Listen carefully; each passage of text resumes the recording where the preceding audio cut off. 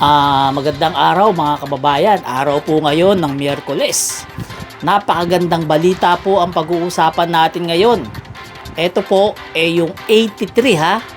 83 na mobile bus laboratory. Yan.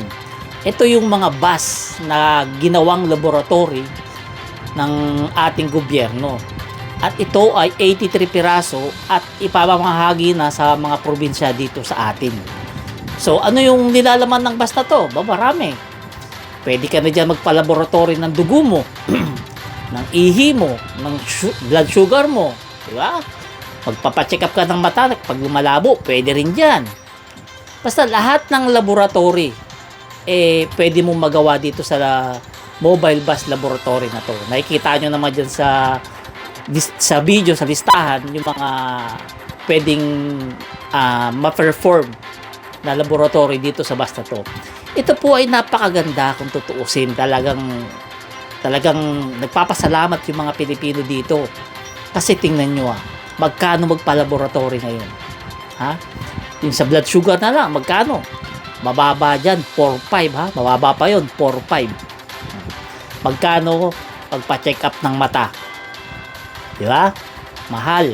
Lalong-lalo na kung talagang may diabetes ka, mahal talaga aabutin ng laboratory mo kasi marami yung i-check sa'yo. Kaya talagang hindi talaga maitago ng mga Pilipino ngayon yung saya nila dito sa proyekto na to ni Pangulong Bongbong Marcos. At least kahit papaano nakikita natin itong gobyerno na to gumagalaw, di ba? Nakikita natin itong gobyerno na to may malasakit talaga sa ating mga kababayan. Kasi itong mobile bus na to ay 83 ito. Hintayin nyo na lang sa lugar ninyo. Malamang talaga sa Alamang. Ipamimigay na to sa mga probinsya. Ngayon, ito, sa tingin ko lang, kung saan to nakahinto, yung mga tao doon, yun yung maseservisyo. Halimbawa, sa Cebu. Itong bus na to, gantong araw pupunta sa Talisay, Cebu. Lahat ng tao doon pwede magpa-laboratory.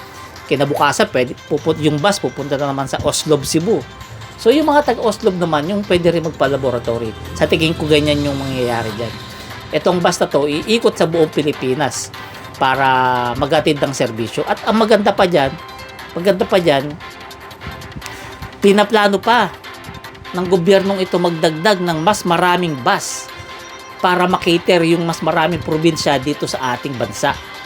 Diba? Tingnan nyo yan, ha? Pinapababa nila si Pangulong Bongbong Marcos. Sinisira nila si Pangulong Bongbong Marcos. Pero yung trabaho ni Pangulong Bongbong Marcos, hindi kaya ni dating Pangulong Duterte. Kasi kung kaya niya yan, ginawa niya na sana yan.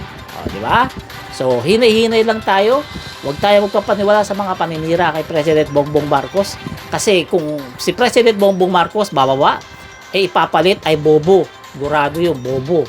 Kaya huwag tayo papayag. Ha? So hanggang dito na lang. Huwag niyo kalimutan. Please subscribe ang ating YouTube channel. Salamat.